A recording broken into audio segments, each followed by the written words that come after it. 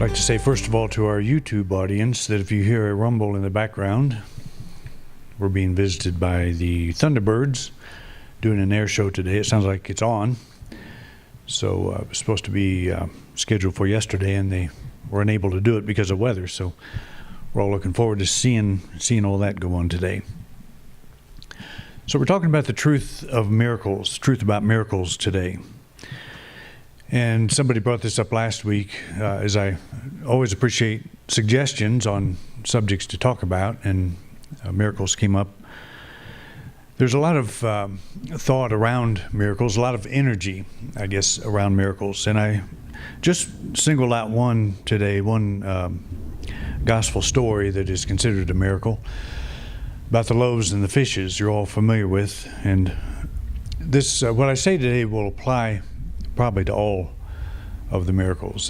There are several that are considered miracles, and one of the things we have to keep in mind when we're reading the Gospels is they were passed down. All the stories that we see were passed down by word of mouth, orally, for many years. In the case of Jesus, about 30 years passed, and they didn't have internet and email, all that kind of thing. So it was all word of mouth, and as we tell stories, even today, they get some elaboration. So I'll kind of point that out as we go, looking at this and analyzing this one particular story, and why it may look like it does, and is it a miracle or is it not? We'll see some thoughts on that. But the feeding of the 5,000, this story is actually presented twice, two different ways. One time it's 5,000, one time it's 4,000. And actually, as we'll see here, it's 5,000 men, not including women and children, so you could be talking about 10,000 quite easily. But Jesus and all of the people that were listening to him talk, he went out into the wilderness, he went out into the desert and began to teach. And the time came when it was getting dark and he didn't want to send everybody back so they could get new supplies or whatever. And so this story occurred. There was a boy with a couple of loaves and fishes, and that's all they had. So taking the 5 loaves and the 2 fish and looking up to heaven, he gave thanks and broke the loaves. Then he gave them to the disciples, and the disciples gave them to the people. They all ate and were satisfied, and the disciples picked up 12 baskets full of broken pieces that were left over. The number of those who ate was about 5,000 men, besides women and children.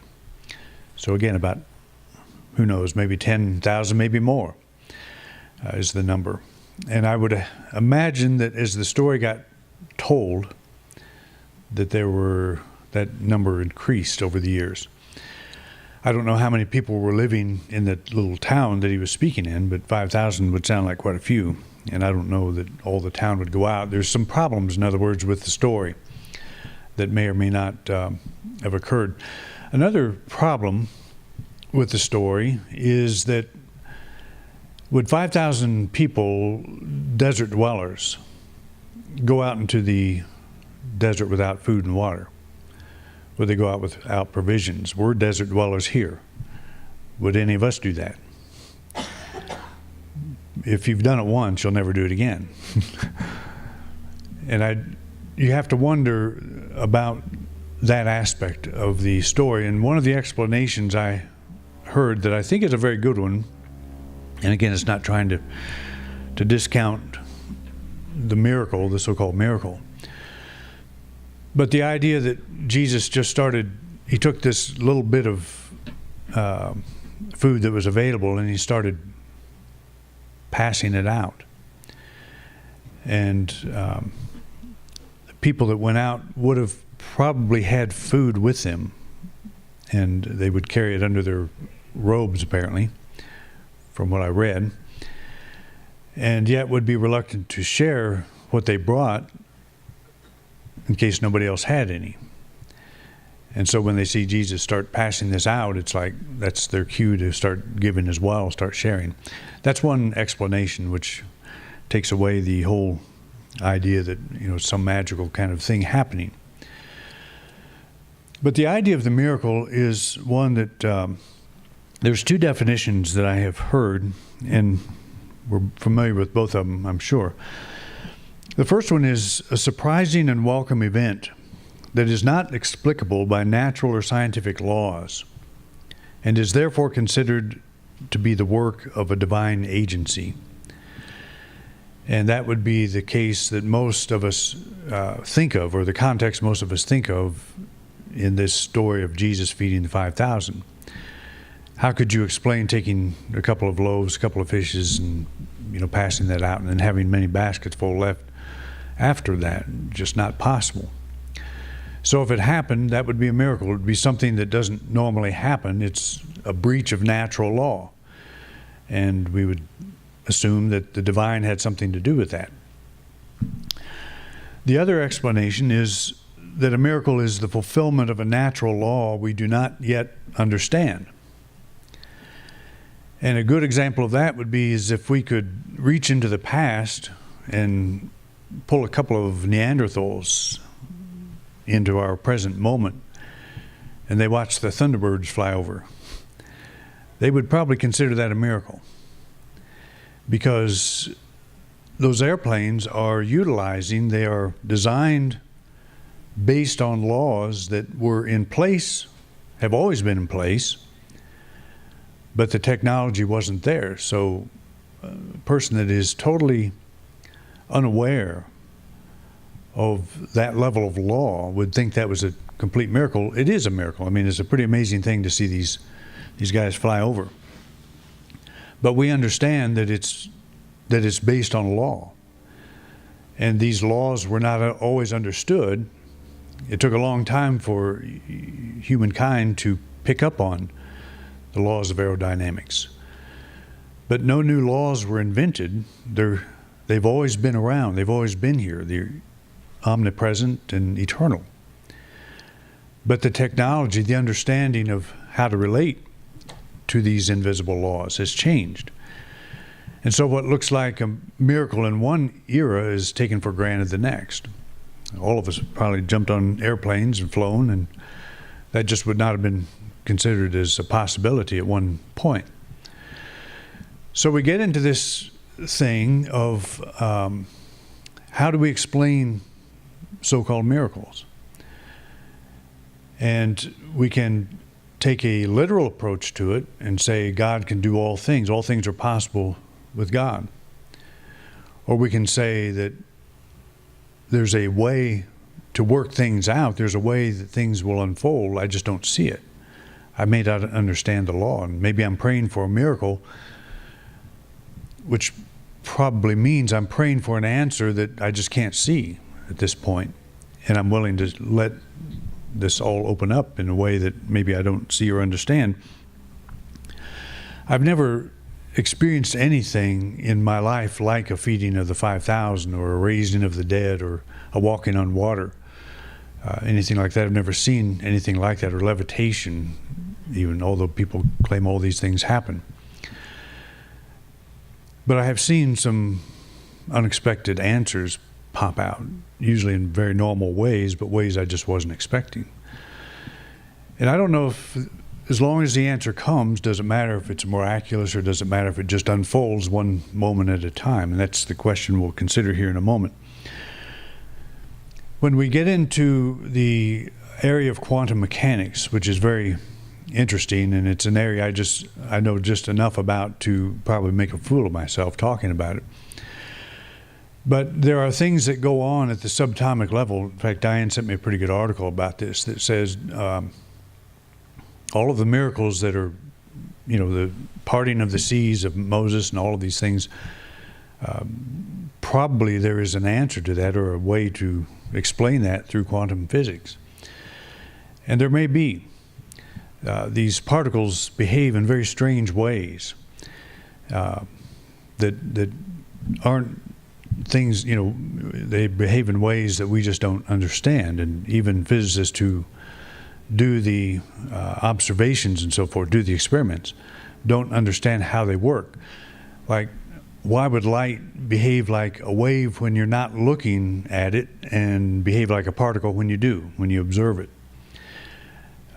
That's something that Einstein didn't understand, and he just said something like, well, it behaves like both, so sometimes we have to think this way, sometimes we have to think that way, sometimes we have to think both ways.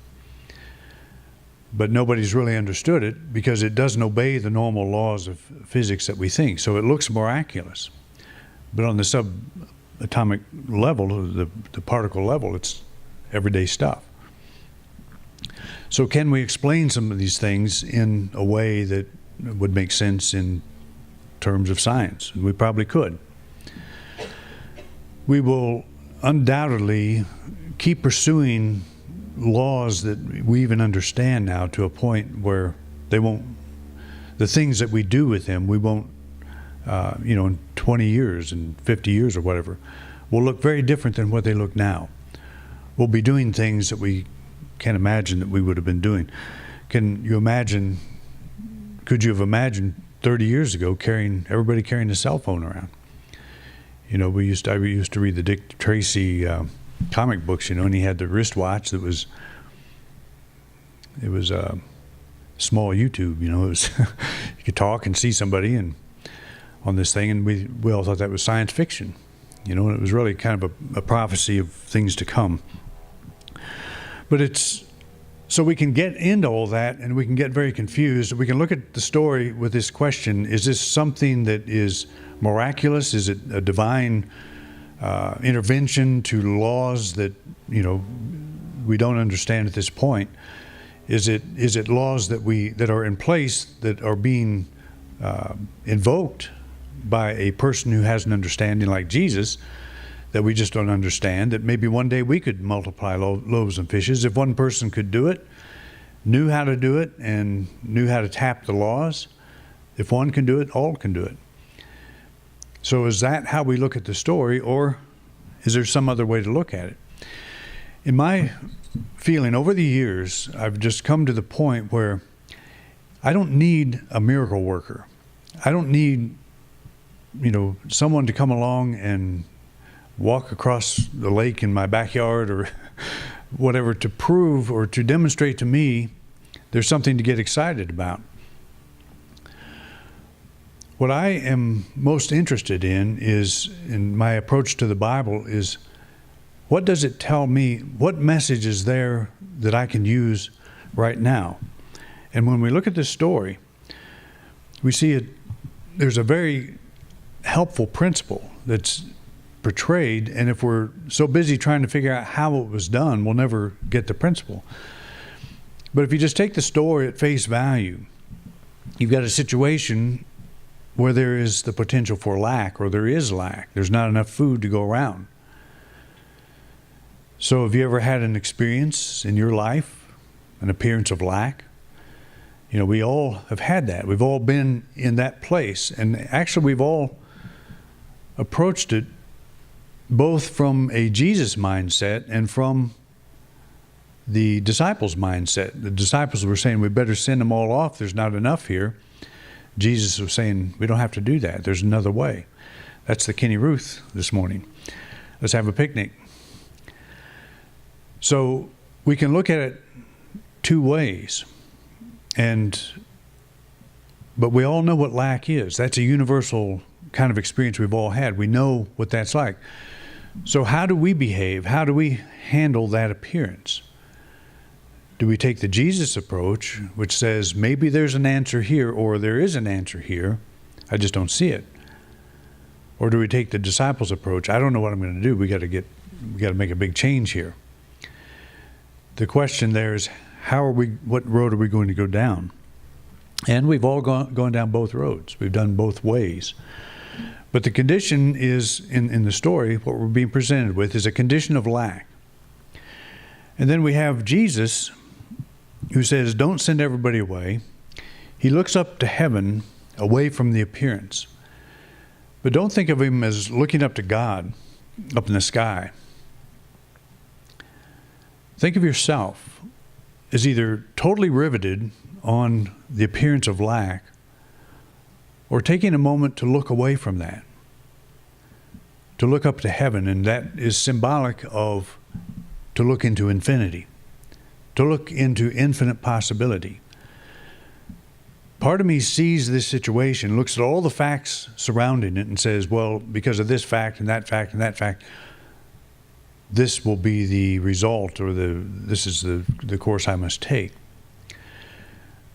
But this story is telling us to not look at the facts necessarily, but look up into heaven, look away from the facts. And that's not stick your head in the sand. This idea of looking up to heaven or looking away from the appearance. It's just taking your attention away from what appears to be and reminding yourself that you have a Father, you have a source. You are Spirit unlimited. That right now we live in infinity. It's not something that's going to come someday. All possibility is here. It's a way of saying, I'm going to change my mind. I'm not going to judge by appearances and evaluate the situation by what I see, but by what I know is true. That God is present. God is my help in every need. God does my every hunger feed. That's what we sang just a while ago. And that's a shift in perception. It's a shift away from the appearance into something that maybe we don't see right now, but the whole spiritual thing is an intuitive knowing. It's an inner feeling. It's not intellectual. The intellect looks out and sees the facts and it makes a judgment accordingly. I don't have enough. But the soul never does that. The soul has never experienced lack of any kind. We eclipse the experience of the soul with the intellect. And the intellect needs to take a rest. So we look away from the facts. We let go of the intellect for a moment. And it's looking out at all the things as they appear to be. We say, I'm going to look to my source. So that's the idea of looking up to heaven. It's not God up in the sky. It's God within. It's the here and now. The third thing that happens is Jesus gives thanks for the answer before it's apparent. And that's a very powerful thing that we often forget. We usually give thanks after the fact, after we receive the gift, not before. And what happens when we give thanks prior to the demonstration, we open our faith faculty. We open ourselves to all possibilities. I don't know how this thing's going to work out. I see all the facts on the table and I just can't imagine how it's going to work out. And when we are doing that, we're exercising faith, but it's in the appearance. It's in the lack. Our faith never stops operating. It's like Paul said, I pray without ceasing. We apply all the principles of prayer all the time, but we're often praying for the wrong things. We're praying amiss. We're looking at the facts of the thing and trying to figure out, trying to discern what must happen or what can happen, what's possible, instead of opening ourselves to all possibilities. So to give thanks for the answer before it's apparent. You just think about this. You're in a situation now where it looks like you don't know what to do, and all the energy, the emotion that comes up around that. So what if you say to yourself, thank you, God, for working this out. Thank you that this is now unfolding in divine order, in perfect order. You put your focus in a very different way. It's, as I've explained before with the idea of the telescope. The telescope is always working, but if it's pointed to the ground, you won't see stars. You have to change the focus, and that's what Jesus is doing here, giving thanks for something before it's apparent. He's raising the telescope up to the stars so we can see another possibility. And that's what's important. You don't need more faith. You need to direct your faith to the thing you want rather than to the thing you don't want, Worry is faith. Faith that nothing's going to work out. But it's the same faculty.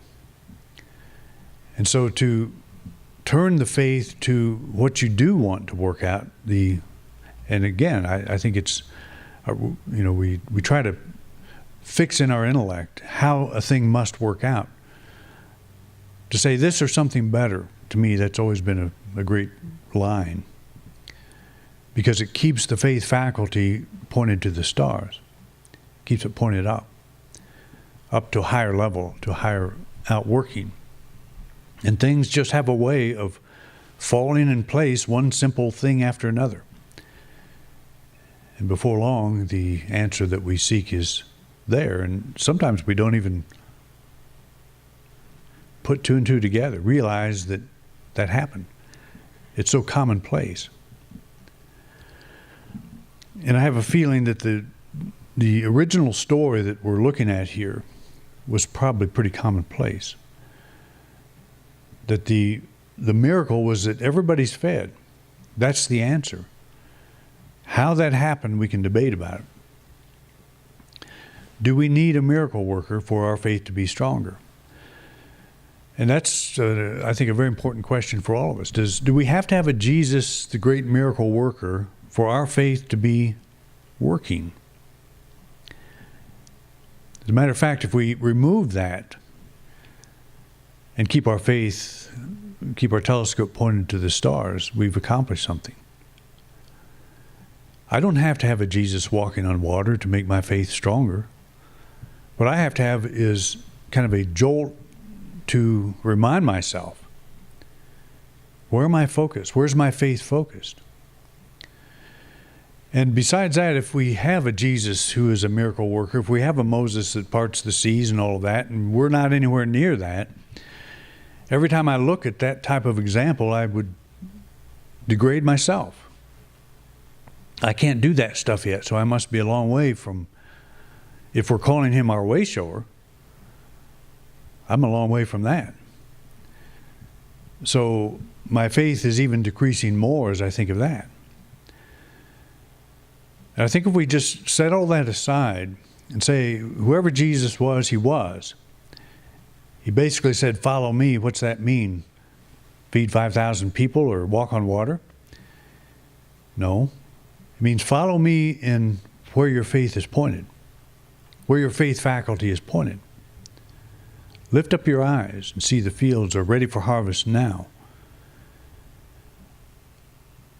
You can't go out and try to follow Jesus by performing miracles. It just, that so removes him from any practical level that it doesn't do us any good. It tends to add to our low self-esteem, our spiritual low self-esteem, because we're all a long way from that kind of thing, and that's the wrong standard. That's the wrong benchmark. It doesn't matter what Jesus did. What matters is what you and I do. And that's not to degrade Jesus in any way whatsoever. I think if he were standing here talking to you, he'd say the same thing. That's the conclusion I've reached. That's why I say it, because I think he would say it too.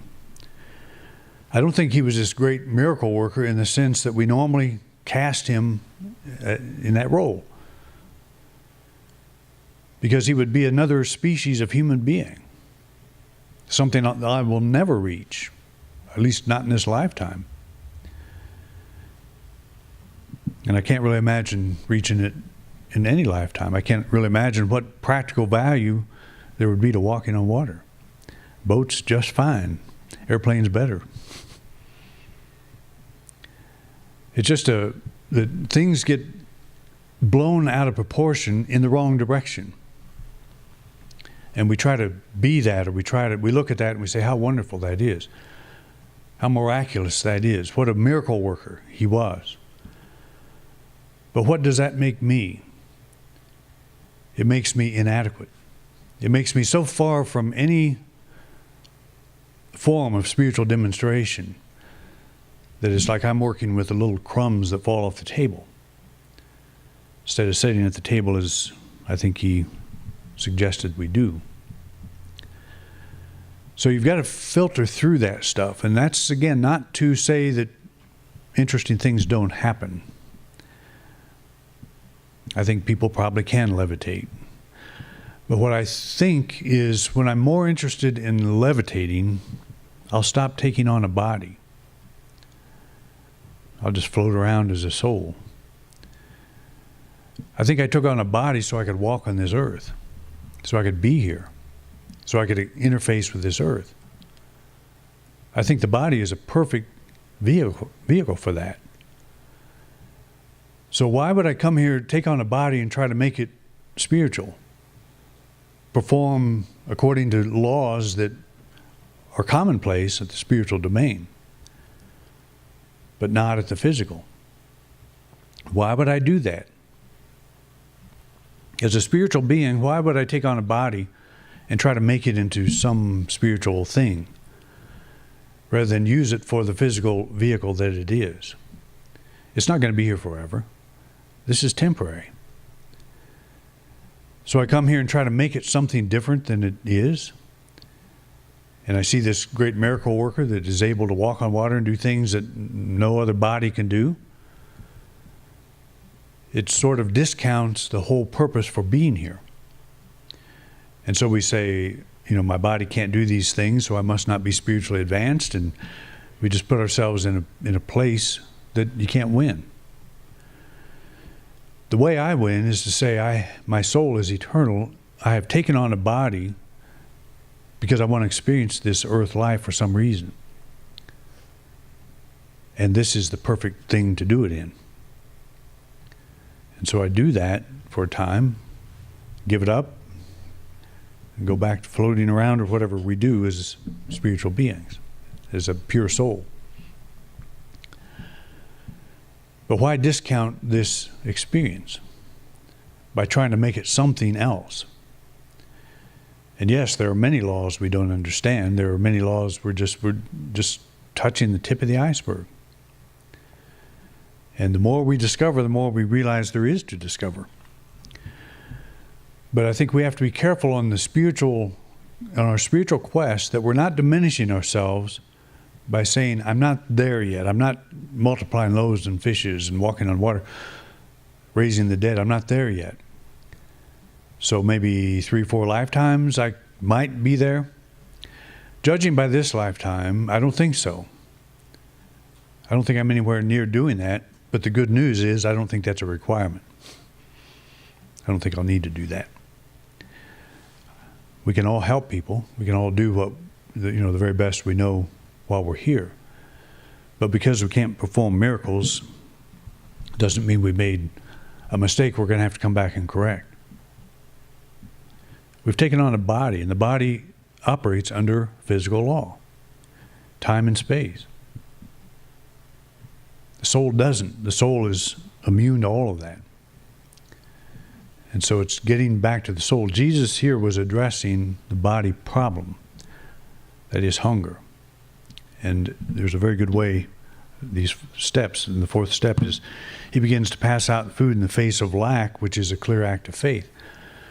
How do you pass out food in the face of lack? Change your thought. You change your whole attitude. That's an action. It's not a kind of build it and they shall come kind of act of faith. It's a shift in perception. God is here. I am in the infinite right now. And the infinite is responding to me right now. It's not something that will happen someday in the future. That's how I pass out the loaves and the fishes. It's through my attitude. It's through my actions. Through my faith. Through that shift in that heaviness of not knowing if the answer is going to unfold, to the knowing, even though I can't see that it's unfolding. It's a feeling of everything is going to be all right. That's what the passing out of the loaves and fishes is. It's everything's going to be okay, even before it is. We've shifted our telescope from the ground to the stars. That, to me, is the most important aspect of the story. what are the principles that are illustrated here? And these are them when we look at it. And every single Bible story has an underlying set of principles that it's portraying. And we get literally in fistfights over, is Jesus God or is Jesus man? That's question's been going on for 2,000 years. What difference does it make? We're all divine, and we're all expressing in human form. We're divine, and we're human. Our identity is divine. Jesus was divine. We're all created in the image and after the likeness of God. God doesn't have arms and legs and a head. God's energy. God is life, love, power, and intelligence. That's what we are. That's our essence. And we're expressing through the vehicle of this body. In most cases, it doesn't take an inexplicable breach of natural law to bring a desired change. Action based on trust in God is the real change agent demonstrated by Jesus. This is certainly a thing he did that we can do as well. And I think he would agree with that. That's my opinion. That the things he did, we can do also. So maybe he didn't walk on water. Maybe he didn't raise the dead, although that's happening now. It's happening all the time. We call it resuscitation. And we're getting better at it all the time. People have been pronounced dead and been in the morgue and revived. Pretty interesting stuff.